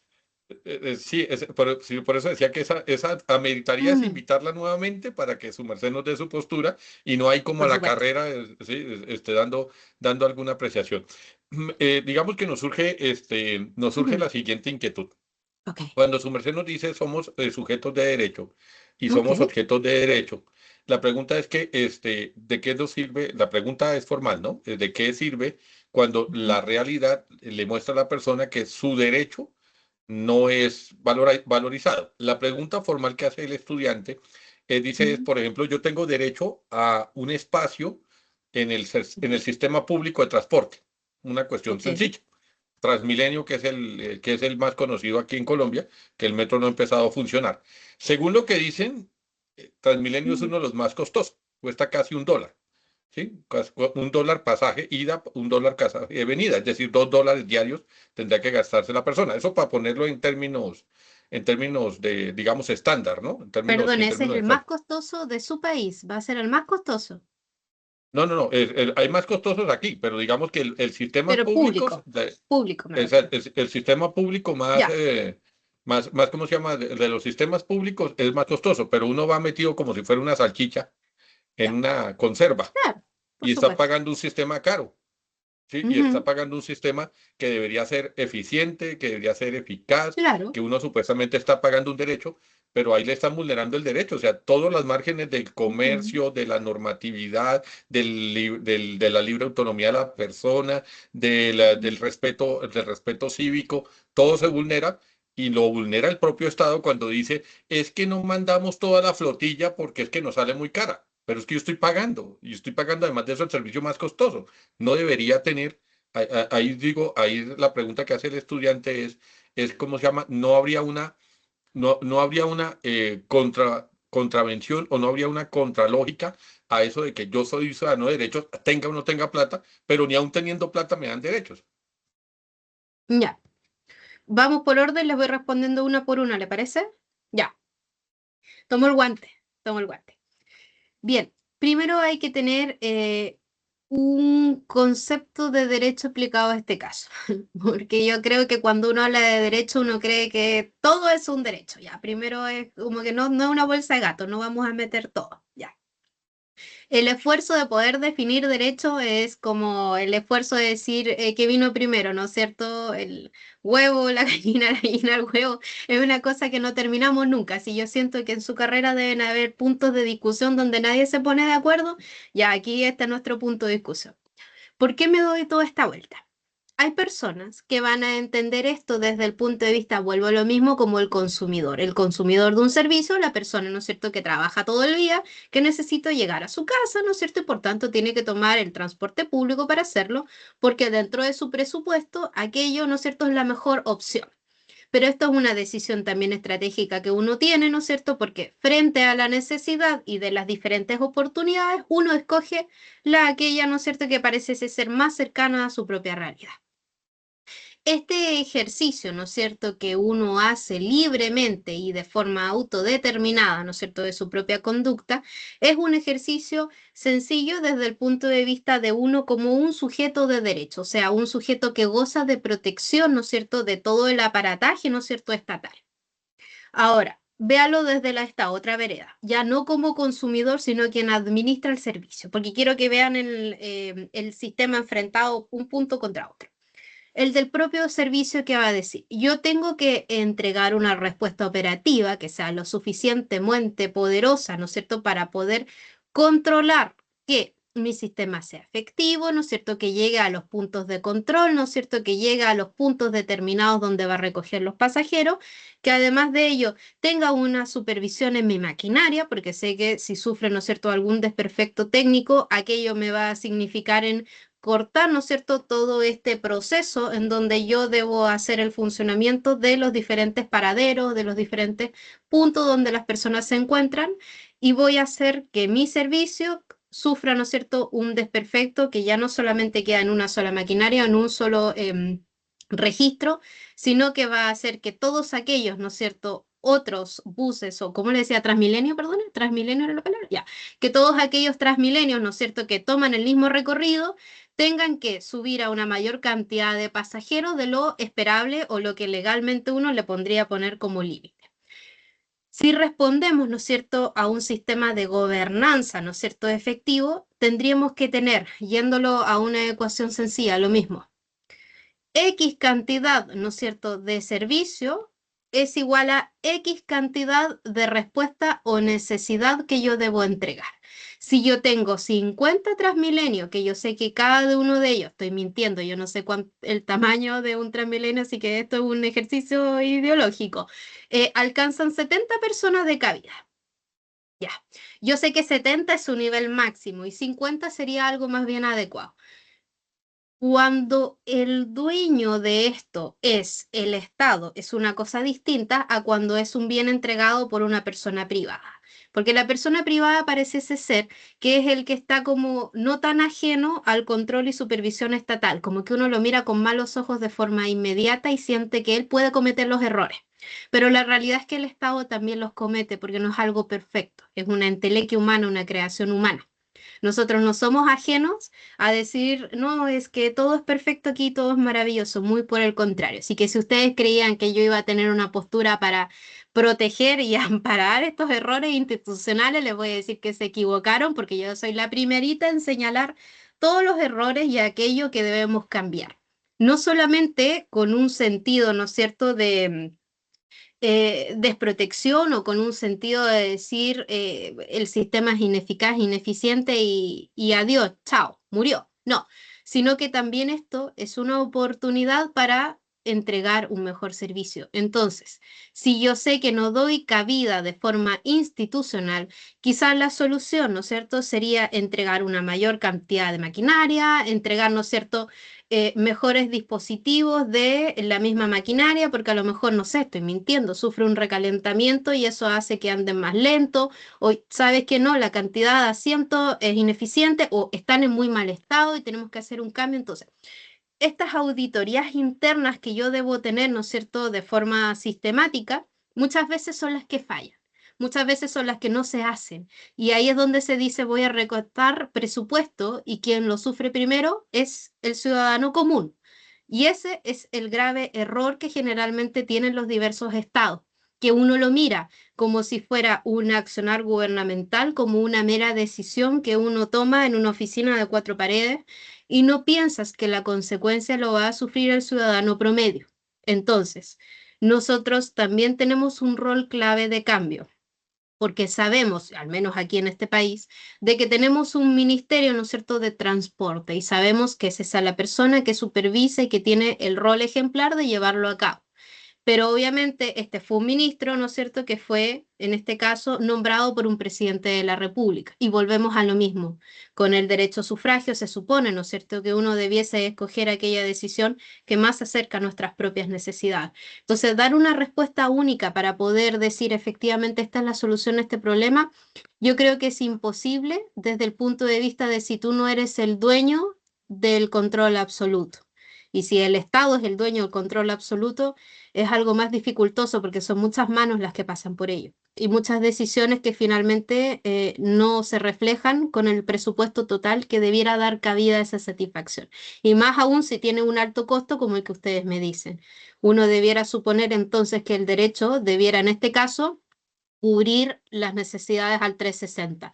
Incluso antes de que te subas a este dispositivo de transporte, ya debiera cubrir tus necesidades, porque cada cuánto pasa el Transmilenio Y eso cada cuánto pasa, en los horarios, ¿no es cierto?, que son más peligrosos a alta hora de la noche, cada cuánto pasa, ¿hay suficiente iluminaria al respecto? ¿O es un paradero que se está cayendo porque uno lo ve y ya incluso le da dolor de verlo y de decir, uy, ojalá no se me caiga encima? ¿Hay suficiente, ¿no es cierto?, supervisión policial en altas horas de la madrugada donde uno lo va a tomar? Si se dan cuenta, no solamente el pensar del hacinamiento que uno vive arriba del bus, sino ya son muchos elementos incluso antes de subirte del bus. Y si uno tiene un sistema legal eficiente y en el control estatal lo lleva a cabo, tienes que ser también operativo desde antes de tomar el servicio, durante el servicio y después del servicio. Eso debiera ser una respuesta integral. Pero no se da, pues. Muchas, no, no, no, no, No no se da. se da. Eso es lo que esperaría uno que pasara. Pero le cuento una anécdota. En una época nosotros trajimos en ese entonces a los candidatos a la alcaldía, Ok. en ese entonces los trajimos, no a esta universidad, sino a otra, y pues habíamos programado una serie de preguntas, así como es el programa, la tertulia, y pues se nos ocurrió, pues comenzar la primera pregunta, ¿cuánto costaba el pasaje? Ninguno de los candidatos sabía, porque como no es su realidad, o sea, no es, ellos manejan, se van en limusina, en taxi, pues ninguno sabía cuánto costaba, cosa que cualquier ciudadano de los compañeros de acá estaría para. Entonces ya comencemos por ahí, que si ellos no cogen el servicio ni conocen las problemáticas del mismo, pues están legislando o están tomando decisiones sobre un servicio que les es ajeno. ¿Sí? Entonces es muy fácil, o más bien, es distinto desde la oficina que desde la calle tomar la misma decisión. Por supuesto. Por supuesto que sí, efectivamente. Y por eso es tan importante de que cuando uno echa a andar un proyecto, a eso iba, ¿no es cierto?, con la vinculación y cooperación interdisciplinaria.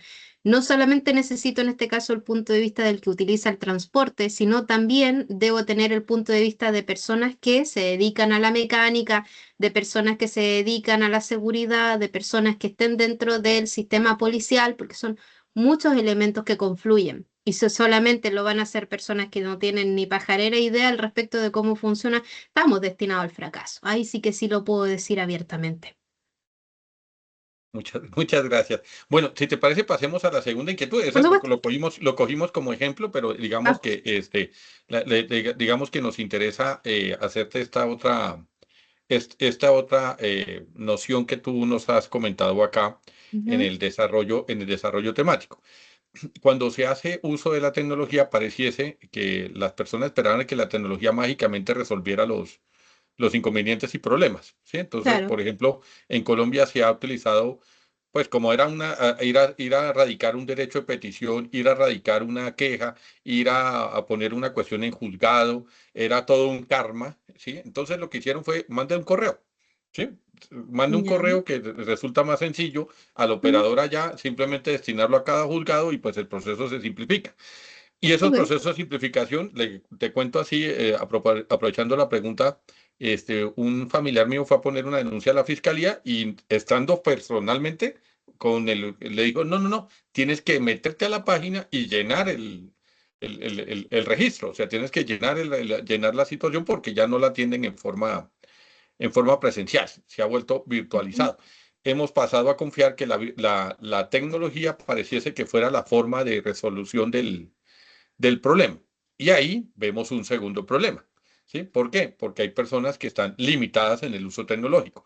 Piensa por la edad, personas adultas mayores que no se criaron en ella, Ujú. menores de edad que de pronto no saben manejar el equipo, pero además de eso, ¿cierto? Porque muchas veces estos sistemas estatales no es el correo de uno, ¿no? Que abre inmediatamente, sino que espere ahí 3 minutos a que pase a la siguiente, espere que mientras carga el documento y a veces se queda una hora dándole porque el documento es muy pesado, porque es que ahí es hora de mucho tráfico de personas. Entonces, ese tipo de cosas, y además, al final la persona termina desistiendo, no, pues yo iba a poner una anuncia por un celular, pero si me toca tardar 5 horas hablando con un computador, prefiero ya no poner nada, más bien compro otro nuevo, ¿sí? Esa limitación a la tecnología o esa apuesta a que la tecnología se va a convertir en una herramienta que nos va a resolver problemas, no se convierte en una forma de exclusión, no se podría empezar a ver como una Ujú. forma de exclusión. de limitación, que la persona termine al final es sintiéndose excluida porque no maneja la tecnología. O, además de eso, ignorada porque como no sabe la tecnología, pues no va a poder reclamar sus derechos. Cierto, totalmente. Y justo esto calza con la penúltima ponencia que a mí me tocó dar en la Universidad de Chile, donde el Congreso era, contexto muy rápido, todos del mundo de la abogacía, de diferentes especialidades, pero finalmente todos confluyen en los derechos humanos. Y nosotros hablábamos acerca de las diferentes problemáticas que enfrentamos. La mesa en la que yo participaba, por supuesto, no es de sorprender, era sobre inteligencia artificial, porque yo eso es donde me focalizo en mi investigación, como investigador y docente, con las dos formas. Entonces, ¿a qué voy con esto? Yo hice un estudio más bien de tipo preventivo al respecto de todas aquellas sectores de la población que eran más vulnerables hacia el acceso a la justicia y el acceso a la justicia con el índole de la tecnología como herramienta para llegar a ella. Y esto es una moneda de dos caras. Tenemos, ¿no es cierto?, a aquellos que les trae un sentido beneficioso, utilitario, ¿no es cierto?, desde el punto de vista de que manejan un buen sistema de conectividad, ¿no es cierto?, que tienen una buena velocidad de Internet, que finalmente tienen sus propios aparatos, ¿no es cierto?, con los cuales se pueden conectar, dícese ser un notebook, dícese ser un teléfono móvil, etcétera, etcétera, etcétera. O sea, tienen los medios para lograrlo. Hay un estudio, ¿no es cierto?, que nosotros realizamos en la República de Chile y que es bastante curioso porque cuando nosotros empezamos a ver con la irrupción del Internet allí por el año 2000, yo no sé si aquí la mayoría, bueno, al menos yo sé que yo y el profesor lo vivimos muy de cerca, pero a lo mejor aquí hay personas que eran muy niños y a lo mejor no recuerdan todos los dolores de cabeza que trajo aparejado. Pero imagínense que muchas veces cuando uno llamaba por teléfono se te caía la señal de internet de la casa. Con eso les digo todo. Entonces, hemos avanzado de ese punto a poder tener redes que son indistintas en funcionamiento y donde no por levantar el teléfono se te va a caer el wifi. Entonces, esta evolución tecnológica, ¿no es cierto?, que nos ha permitido incluso llevar el hombre a la luna, ¿no es cierto?, y de poder ver si albergamos vida afuera, ¿no es cierto?, de nuestro propio planeta, es algo que parecía, ¿no es cierto?, sacado de libros de ciencia ficción, ¿no es cierto?, esto de los libros de Asimov, que yo soy muy fan, ¿no es cierto?, con esto de las tres leyes, ¿no es cierto?, que uno enfrenta acerca de la robótica, de la inteligencia, ¿no es cierto?, y de esta nueva tecnología. Si un hombre por allá pensado del siglo pasado tenía esto en mente y hoy en día podemos ver, ¿no es cierto?, sistemas operativos que incluso confluyen a través de nuestro propio sistema judicial, nos damos cuenta de que hemos ido, ¿no es cierto?, de 0 a 100, pero aún nos falta por lo menos 1 millón que recorrer.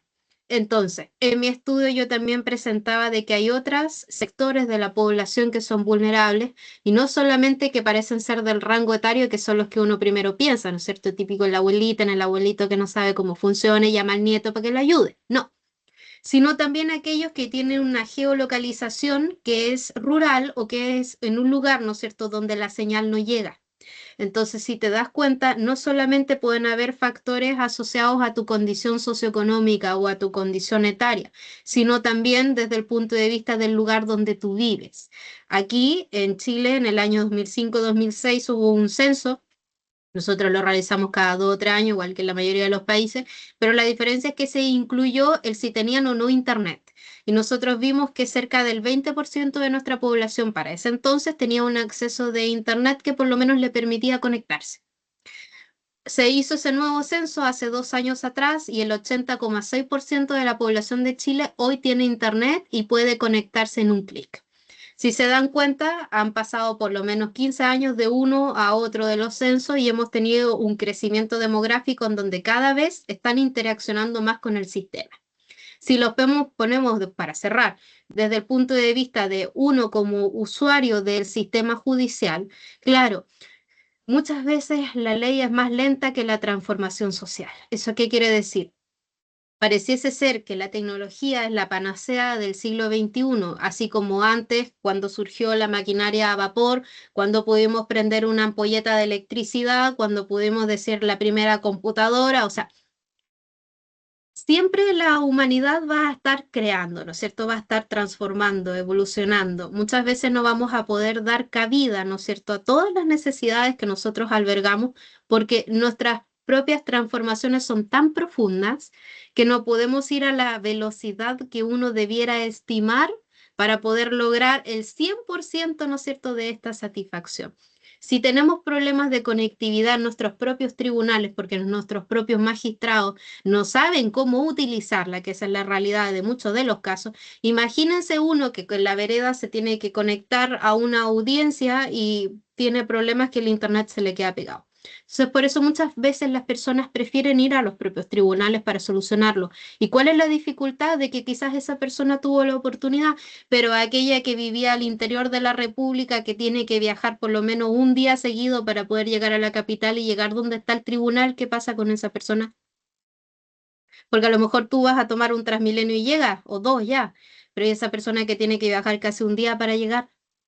¿Quién le restituye aquel sufrimiento económico, aquel viaje que tiene que sufrir, aquella irrupción a la pacificidad de su vida?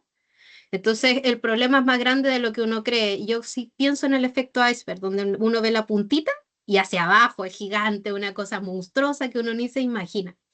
Así que sí, por supuesto, hay mucha barrera en cuanto a la tecnología, tiene puntos positivos, pero también puntos muy negativos, y en esos puntos muy negativos en donde nosotros debiéramos trabajar. También, vuelvo a lo mismo, como una cooperación interdisciplinaria, porque me imagino que ustedes como ingenieros van a tener mejores respuestas para poder dar cabida a estos problemas que uno desde el ámbito del derecho, que yo con suerte me puedo conectar a la plataforma Zoom, por ejemplo.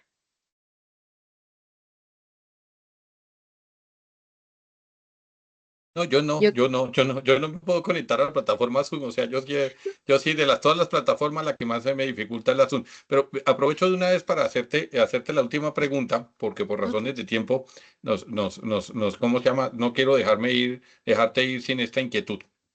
ok. En Colombia estamos cayendo, o no sé si sea una tendencia exclusiva de Colombia, pero hasta donde nosotros hicimos los estudios, es que se valora el caso según la persona. ¿Sí? Entonces, Ujú, cuando el caso es famoso, entonces, pues, digamos, hay una operatividad judicial.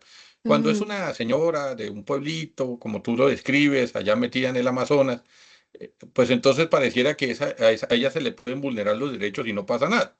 ¿Sí? Entonces, Ujú. recientemente que estuvieron compañeros de México, Ecuador, Brasil, aquí en Colombia, me decían, Bogotá es una ciudad maravillosa, ¿sí? Y yo pues siempre, cuando tengas plata, sí, es una ciudad espectacular, pero no, se supone que yo, independientemente tenga uno plata, se supone que soy ciudadano y se supone que tengo que tener unos básicos mínimos garantizables, ¿no? O sea, tenga o no tenga recursos.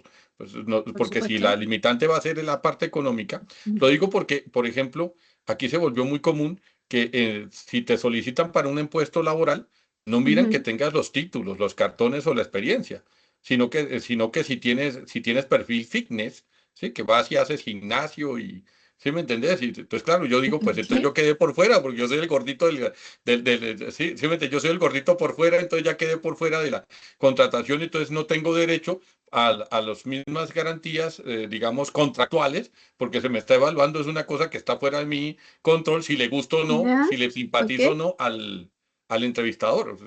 Cuando pues se supone que el objetivo, Ujú. él debería mirar mi hoja de vida. En lo objetivo, en lo formal debería Ya. mirar es mi título, mi experiencia, mi capacidad, sí, pero entonces está es que si tengo la cola no sé qué, que si tengo, si el labio no sé qué, si la nariz queda en no sé qué forma, sí, estamos cayendo en eso y resulta curioso que se patrocina mucho de televisión como si fuera una forma deseable de acción comercial, acción. Entonces, si vas a presentar una hoja de vida, ya no es suficiente que te presentes bien bañadito y arregladito como decían los papás. Además de eso, ¿sí? Entonces, muestra que tienes músculo y muestra que, pero se supone que me van a contratar de abogado o me van a contratar de ingeniero, no de fisicoculturista ni nada de ese tipo de cosas. Inclusive ya hay Ok. empresas que hasta piden la foto en vestido de baño. Pues no dice, pero ¿qué tiene que ver mi vestido de baño o como yo estaba en Ya. vacaciones con mi contratación. Lo digo porque me decía algún compañero que en Estados Unidos están igual. Por eso digo, no sé si esa es una tendencia, pero lo mismo pareciera en el caso judicial. Entonces, una persona Comprendo. que tiene ciertos apariencias y rasgos estéticos deseables, no, el caso pasa por los medios y la prensa y se le garantiza, pero si es uno así como yo, entonces como que me pueden arrollar y pasar por encima porque no ha pasado nada. Queremos escuchar tu punto de vista. Y perdone, no puedo evitar no reírme. Dios mío, ya. Wow. No, no voy a decir aquí en Chile nunca ha pasado algo por el estilo y la discriminación no existe. Estaría mintiendo e insisto, vuelvo a lo mismo, la hipocresía no va conmigo.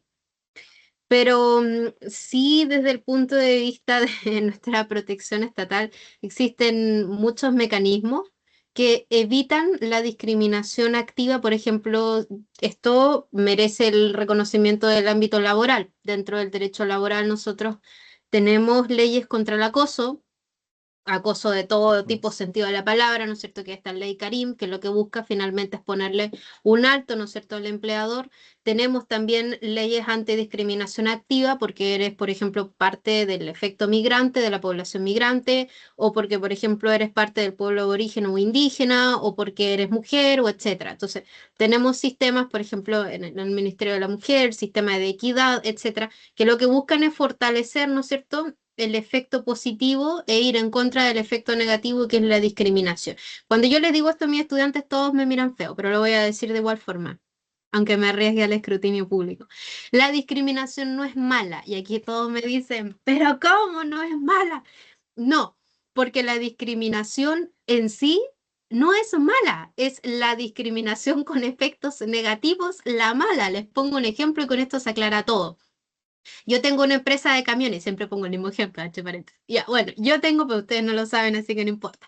Yo tengo una empresa de camiones y en mi empresa de camiones yo sé que tienen que ir de una ciudad a otra y tienen que estar manejando toda la noche, ¿no es cierto? En el día tienen sus descansos, después vuelven a este proceso. Y así durante todo el año. Dentro de la oferta laboral, cuando yo busco personas que quieran trabajar en mi empresa de camiones de transporte, pongo dentro de los requisitos una persona, ¿no es cierto?, que tenga disponibilidad horaria estoy mintiendo, desde las 8 de la noche hasta las 6 de la mañana del otro día, que no tenga compromisos familiares que hagan que no pueda salir de un punto a otro, ¿no es cierto? Y que además de eso goce de buena salud para poder conducir, ¿no es cierto?, durante tantas horas. Es una discriminación que yo estoy haciendo finalmente, porque, ¿no es cierto?, estoy buscando que dentro de toda la sociedad un grupo determinado específico de personas puedan participar en mi actividad. En mi empresa finalmente y que yo pueda lucrar con ello. Así visto, es una discriminación, sí, pero tiene un fundamento de peso, porque yo sé que efectivamente una persona, por ejemplo, que tiene problemas de salud y que no puede estar durante tantas horas manejando, no va a poder cumplir los requisitos del trabajo. Yo sé que si una persona tiene niños chiquitos, ¿no es cierto?, que necesita cuidarlos o tenerlos siempre cerca, no va a poder subirse al camión y conducir hacia Dios sabe dónde. Y yo sé también que, por supuesto, una persona que va a cumplir con todos aquellos requisitos tiene un fundamento necesario para que yo excluya al resto, porque en función del trabajo se entiende que es necesario. Esa discriminación es aceptada, esa discriminación está dentro del marco, ¿no es cierto?, del derecho y por tanto tiene razón de ser. Donde nosotros, ¿no es cierto?, tendríamos que ver con malos ojos, supervisar y poner una sanción a esa empresa o finalmente a ese empleador cuando es una discriminación arbitraria, cuando no tiene un sentido, ni cierto, ni razón de ser, cuando no hay un fundamento suficiente y cuando a todas luces me está vulnerando como persona. En ese caso es donde realmente nosotros debiéramos poner, ¿no es cierto?, todos los sistemas de control y todos los sistemas de sanción aparejados para ir en contra de ellos. Porque ahí se entiende que no tienen por qué pedirme una foto en bañador para yo postular, ¿no es cierto?, a un cargo de trabajo, ni tampoco tiene sentido que yo sea más o menos bonito, ¿no es cierto?, dentro de los parámetros de belleza de las personas y que por ello me contraten o porque yo soy más pálida o yo soy... Ese tipo de cosas no tiene un mayor sentido. Y ahí es donde les digo que sí está bien que nosotros pongamos todos los instrumentos nacionales e internacionales para ir en contra de ello. Y si nuestro propio Estado no es suficiente, miremos entonces hacia los tribunales internacionales, porque ellos son los que fiscalizan, ¿no es cierto?, a nivel internacional el funcionamiento de los diversos estados que son parte de los diferentes tratados o pactos internacionales que suscriben una obligación de cumplimiento para dicho estado parte. Entonces, si ellos están discriminando, por ejemplo, ya sea el mismo Estado a través de una empresa gubernamental o una empresa privada, de igual forma gozan, ¿no es cierto?, de esa fiscalización internacional. Y por eso que hay casos en La Haya, por eso que tenemos un tribunal internacional penal, no están ahí por nada. Finalmente lo que buscan es compensar a las personas por esta infracción o vulneración. Y muchas veces esto tiene un efecto más bien compensatorio monetario. Y ahí es donde entramos dentro del ámbito, ¿no es cierto?, de la internalización de responsabilidades y un efecto compensatorio por aquella infracción. O sea, finalmente aquel daño moral que uno sufrió sea indemnizado. Así que si chiquillos y chiquillas, estudiantes, alguno está viviendo una situación así, no lo dejen pasar desde el punto de vista de que es algo común y por eso se acepta. No, porque a veces comúnmente cometemos errores graves y solo porque todos los hacen parecerán que no estamos infringiendo ningún derecho y la realidad es otra. No porque todos salten de un puente, como nos decían nuestras madres, vamos a saltar también. Por eso vean las cosas con ojos críticos. Y lo más importante es que ustedes aprendan cuáles son sus propios derechos, porque el conocimiento es la mejor herramienta de cambio. Y así nunca los van a poder hacer, entre comillas, tontos, porque ustedes van a saber qué es lo que realmente pueden exigir y qué está en su propio ámbito de aplicación. Y ahí las cosas van a cambiar y nosotros vamos a tener el control. Quizá esa última frase sonó un poco politizada, pero es la realidad. Yo sí creo que el No, no, conocimiento te cambia, agradecemos. cambia el No, mundo. no, Yo te sí. agradecemos mucho ese punto de vista, es algo de lo que queríamos ver acá. Bueno, pues por razones de tiempo, pues ya aquí me puedo quedar toda la noche contigo, pero por razones de tiempo ya nos corresponde pues ir haciendo cierre. Por Eh, supuesto, Iba a pedirles el favor a los compañeros que deseen, pues activar la cámara para nuestra invitada. Y claro que sí. Y así los conozco. Yo les presento ahí que les voy a mandar con su profesor el programa de INDEPAC para quienes estén interesados en tener un poco de formación jurídica y comprender estas transformaciones también. Es importante ser interdisciplinario. No crean, yo también estoy tomando cursos en la IBM para entender un poco esto de la IA, si no imagínense. De la inteligencia, claro. Sí, Es el profesional del mañana, no el que sabe mucho de una sola cosa, sino sabe mucho de muchas cosas, porque la ajá. competencia es masiva. Bueno, les pido el favor, entonces activemos la cámara, porfa, para que entonces tomemos la foto. Voy a ubicarlos en forma de vista, en forma de conjunto, para efectos de que la foto sea Ujú. más, ¿cómo se llama? Más, ¿ve qué pasó? Allá, ahora sí, ya. Ahora sí, permítame un segundito, modo conferencia, listo. Aquí nadie muerde, no se preocupen. Ni tampoco somos discriminadores con efecto negativo. No, no, no, sino que, ¿cómo se llama? Sino que, ahora, ¿dónde está la cámara? O sea, ya la puse en forma de conferencia y ahora, ¿cómo hago para tomar la foto? Ya, regálame un segundito, vamos aquí a tomar la foto. Permítame un segundo. Es que no encuentro no encuentro el obturador del computador. Mm. Yo sonrío Para como en que, la foto del registro nacional del pasaporte. sí, sí, algo así. Algo así que, bien, ahora sí, aquí está. Bien. Ay, perdón que mira, me modificó ya, ahora sí. Tomemos la foto. ¿Qué pasa? Me va a tocar la vieja escuela. ¿Sí ves? Me va a tocar la vieja escuela de Pantallazo. tomar la foto. Sí, tomar la foto del celular, ¿no? O sea, lo más absurdo. Tomar la foto que estoy tomando la foto O para que nos veamos. yo le envío el pantallazo al profesor también para que Ah, tenga. bueno, A listo, ver. perfecto. No, te Si no es agradecería más mucho. fácil, ¿no? Ya la de tres. Ya, usted, profesor, porque todos los demás veo que nadie prendió la cámara, así que usted sonría conmigo. Hacemos equipo ambos. Dos antes Bueno, unidos, dale. jamás seremos vencidos. Naide, no, Naide, ¿qué pasó? Eso. Prendan la cámara. Vamos, Digo, es chiquillos. que la Tomamos prendieron la y la foto. apagaron, ¿no? Préndanla para que los veamos. Hola, hola. Ya, a la de tres. Vamos. 1, 2, 3. Listo, la tenemos. Muchas gracias Listo. por su No, entonces tú me esfuerzo. haces el favor y me la envías, te agradezco Sí, mucho. por Y supuesto, pues no se si me preocupe. regalas estos 5 minuticos, 10 para con el grupo, para, ¿cómo se llama? Voy a suspender grabación y ya estos 5 o 10 minuticos son de arte administrativo, ¿vale? ¿Me puedo despedir? Te puedes quedar. No, te puedes quedar, pero Sí, ya sí, sabes que va a pero ser me aburrido porque va a despido ser, de ustedes si gusta, así sí, ya claro.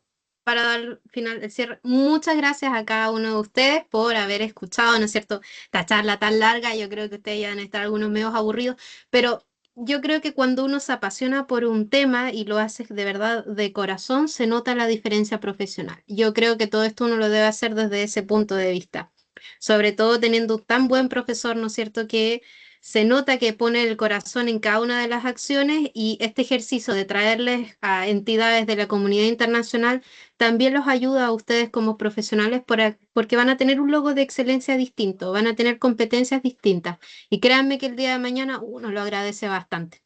Así que un abrazo, un saludo a cada uno. Muchas gracias nuevamente, gracias a INDEPAC por siempre estar ahí presente en mi vida. Gracias, profesor.